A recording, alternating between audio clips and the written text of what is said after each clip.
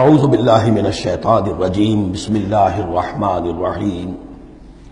قل اَإِنَّكُمْ لَتَكْفُرُونَ بِالَّذِي خَلَقَ الْأَرْضَ فِي يَوْمَيْنِ، ان سے کہیے اے نبی کیا تم کفر کر رہے اس ہستی کا جس نے زمین کو بنایا 2 دنوں میں، وَتَجْعَلُونَ لَهُ أَندَادًا، اور تم اس کے لیے مد مقابل ٹھہرا رہے ہو، ضد بنا رہے ہو، ند بنا رہے ہو۔ اب ظاہر بات ہے کہ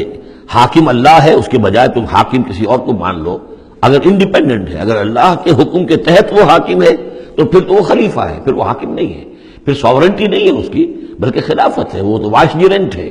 تو وائس ڈیرنسی تو اور بات ہے، وہ ٹھیک ہے، اللہ کے احکام کے اندر اس کے تابع ہو کر کوئی حاکم ہو، لیکن یہ کہ تم نے اگر کسی کو انڈیپینڈنٹلی حاکم بنا دیا، ساورنٹی کسی کے لیے، چاہے ایک فرد کے لیے اور چاہے عوام کے لیے، وہ گویا کہ اللہ کے مد مقابل ہو گئے۔ ذالک رب العالمین، وہ ہے تمام جہانوں کا رب۔ وجعل فیہا رواسیا من فوق